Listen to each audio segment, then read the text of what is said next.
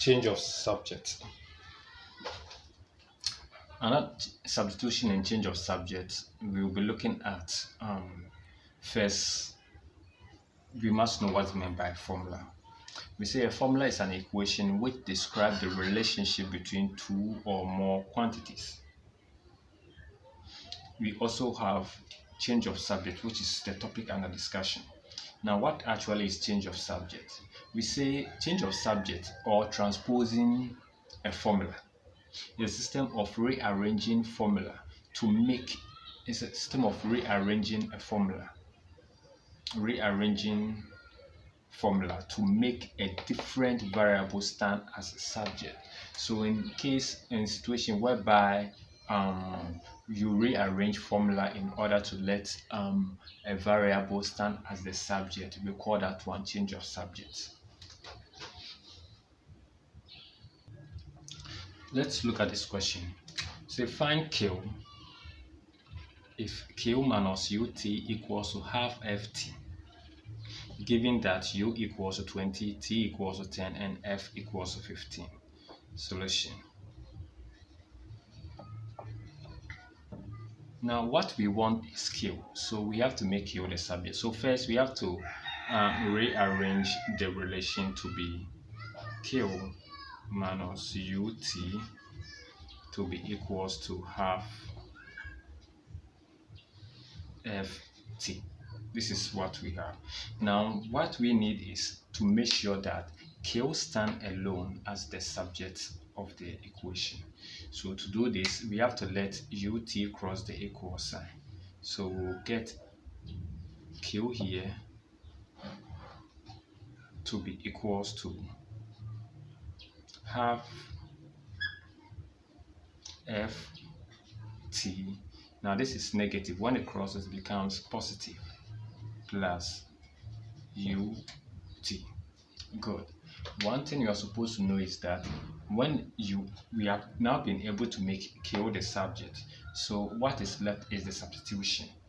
So to substitute, always bear in mind that when a figure is coming to represent a variable, always put the figure in a bracket. So Q here will be equals to 1 over 2, the value of F, which is 15, and the value of T, which is 10, plus U is 20, then T is still 10. Okay, so what is going to be the value of Q? So Q here, now know that this whole is a product. So because it's a product, these two will cancel 10, 5. Because the product 2 can now reduce 10 to 5. Then 5 times 15 will give me 75,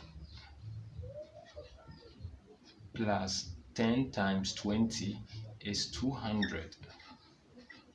So if I add Q, it's going to give me 275. That will be the value of Q.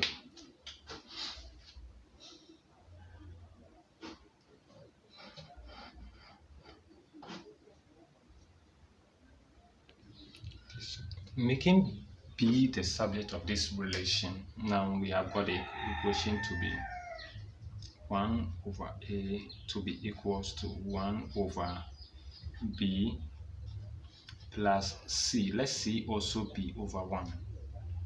So how do we make it? As usual, we've already learned that when we are dealing with fraction, we make sure that we write this fraction as a single fraction. And to make this one work, it means we have to multiply the numerator and the denominator by 1, and the numerator and the denominator by B. So I'm going to get 1 over A to be equals to 1 over B again. That means I multiply the numerator by 1 and the denominator by 1, plus BC over B. Okay. At this point, I'll go further then I'll write my 1 over a here to be equals to, I have a common b, so b is my denominator. Then I've got 1 plus bc. Okay, now we know that whenever there is equal to between two fractions, we apply cross multiplication. So what we do is we let b go here and a go there. So applying the cross multiplication, I'm going to get b to be equals to a out 1 plus bc. Our concern is to make b the subject. There's b here. We have gotten b here, but there's another b here. So how are we going to do it? We just have to open the brackets and let b cross. So what we will do now is I have my b to be equals to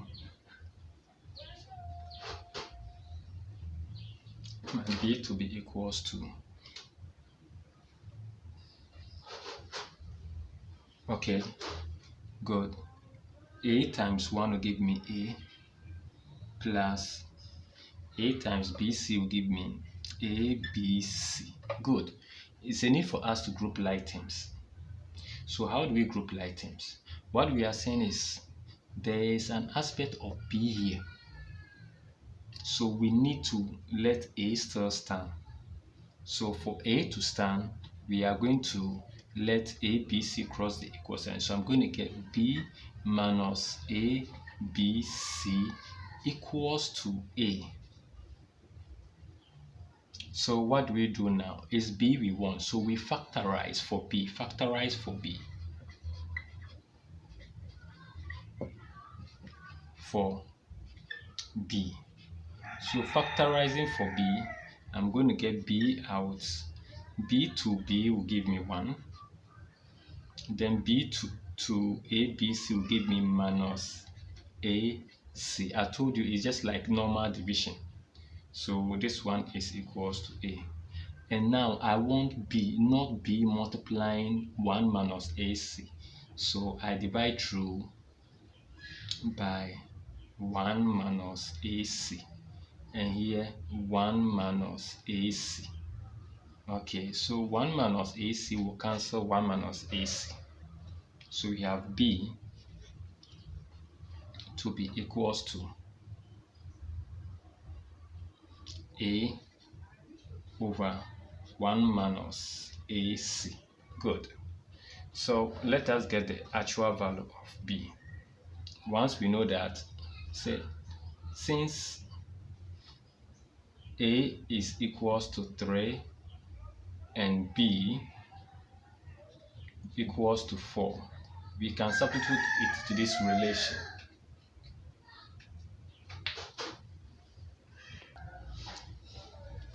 So we have, then because of this, we can just have our b here to be equals to a is 3 over 1 minus 3 times 4. Okay, this one is going to give me 3 over minus, okay, just minus 11. Minus 11. Good.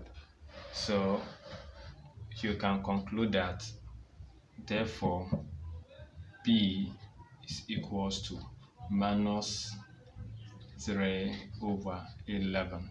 So this one becomes the value of b.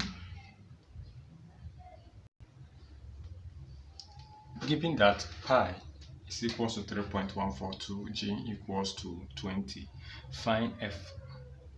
We are not supposed to use calculator, and the relation we have been given is 4fg squared equals to 3 pi. So what we do now is we try to look at the possible way in which this can be solved. So we got 4f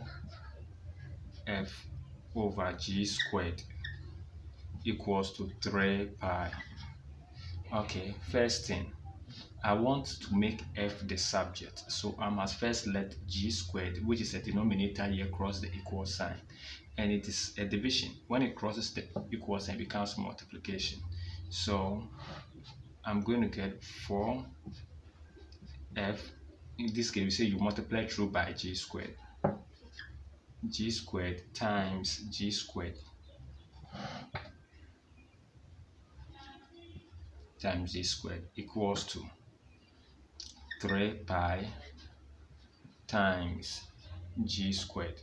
Okay, g squared will cancel g squared. If g squared cancels g squared,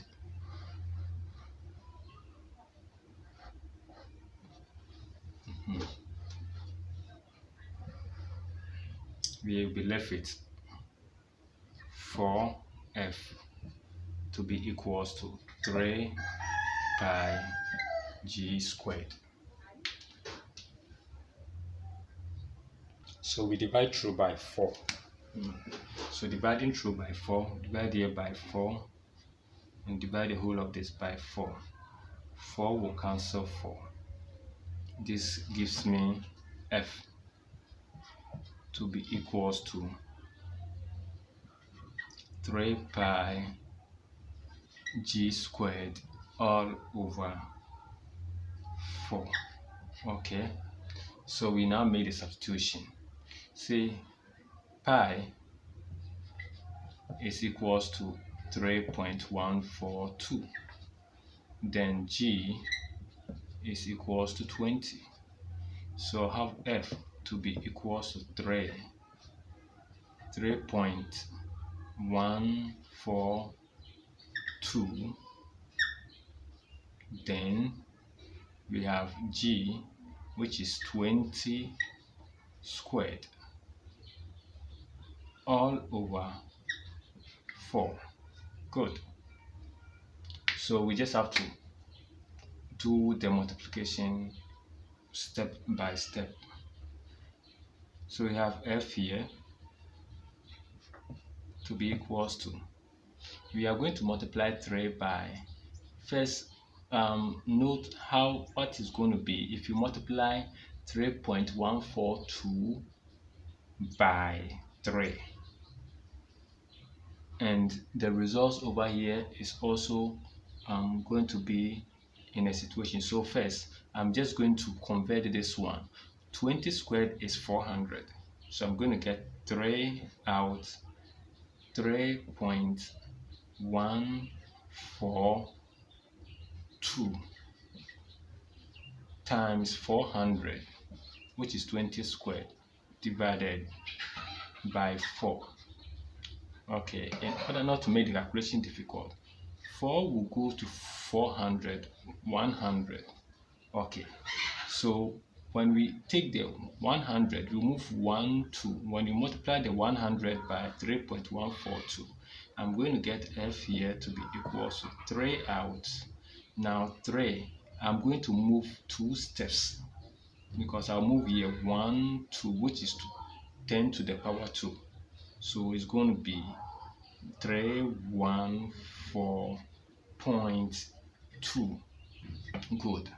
Now, do we multiply straight? Yes, we can now multiply this one by 3, but let it be as if we don't know what to do. So not knowing what to do, we'll just have to let it be like a simple fraction, so that it becomes very easy for us.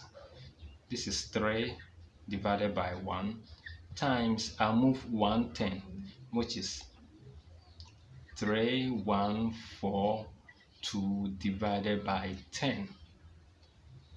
Okay, good. That is the point here, is what has become the divisor. Good.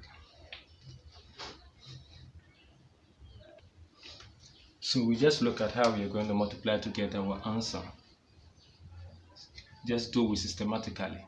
Now 3 will multiply 2 first. Just want to do it because you can't get the figure off it. So 3 times 2 here will give me 6. That is in the ones. Then 3 times 4 will give me 12. So I'll write 2 with a remainder of 1. The 1 is put in my head. 3 plus 1 will give me 4. Good. Then 3 times 3 will give me 9. All divided by 1 times 10 will give me 10.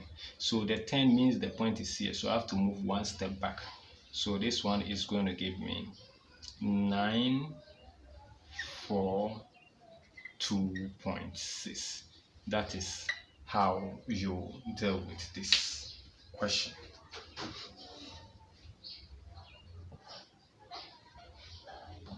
Okay. The costs P in Ghana cedis of producing N items is given by the formula P equals 3 on 4 N plus 1800. Find the I cost of producing 200 items.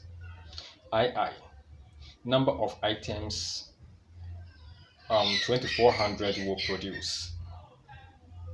III cost when no item is produced. Okay, so let's see how we will solve this question. Solution.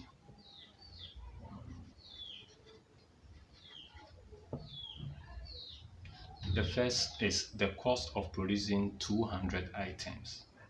The formula is given as P to be equals to 3 on 4 N plus 1800. Okay, so in this case, what we're supposed to know is that when N equals to 2000, we just substitute the value of N. That means when cost of producing 2000 items, and from the question we say the cost P in Ghana cedis of producing N items, so the number produced is N. So we'll have P here to be equals to 3 on 4. Then we put our 2000 in it plus our 1800 bucks. So 4 will go to 25. Okay, so we have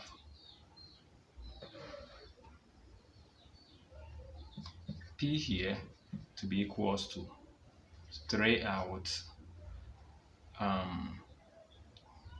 500 plus 1800. So we get P to be equals to 1500 plus 1800. I multiply 3 by 500. That's why I had 1500. So I'm going to get the cost to be equals to, add 1500 to 1800, and you are going to get 3300 Ghana cedis.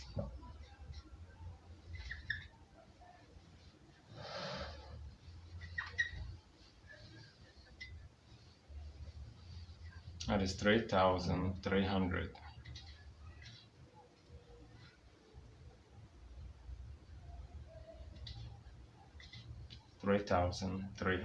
Now 15 plus 18 will give me 33. So the zeros add up to get me the figure. Okay, so let us look at the second question. Okay, so the number of items 2400 will produce means that in this case P is equals to 2400.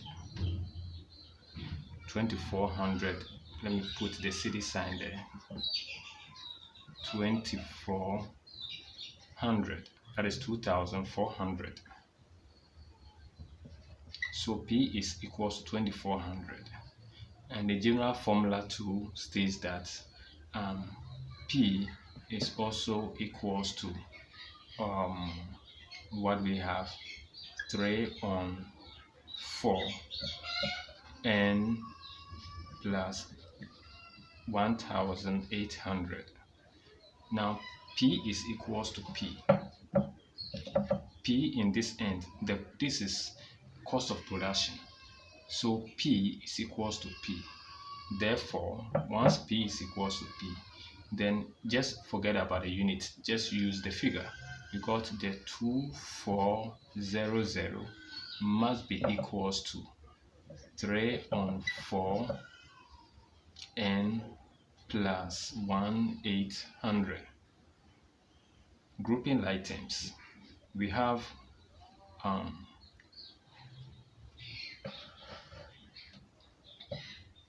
2400 minus 1800 equals to 3 on 4 n. Okay, so take 18 from 24 and I'll be left with what? 6. So 0 0. We bring it a little bit down. So 600 equals to 3 on 4 n. Okay, note that this is a fraction. So as usual, this will go here and the 4 will go here. So just trying to scale myself a small space here to complete. So 4 multiplying 6, I'll still have 2400 to be equals to 3n. The figure I want is n, so I divide here by 3 and divide here by 3. So 3 cancel 3, 3 goes to 24,800. So n equals to 800. So it means that the cost 2400 will produce 800 items.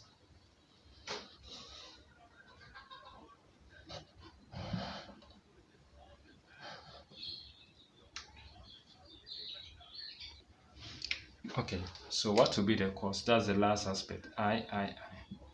The cost when no item is produced.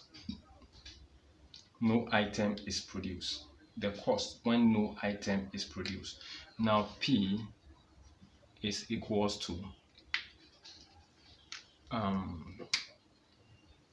3 on 4n, 3 on 4n plus 1800. And no item produced means that n in this instance equals to 0. So we're going to have P to be equals to 3 on 4 0 plus 1800. So any number times 0 is that number. So P at this regard is going to be equals to 1800 Ghana cedis. So if no item is produced, the cost will be 1800 or 1800 cedis. Good. Our next meeting will be talking much about the enumeration system. That is basically number basis.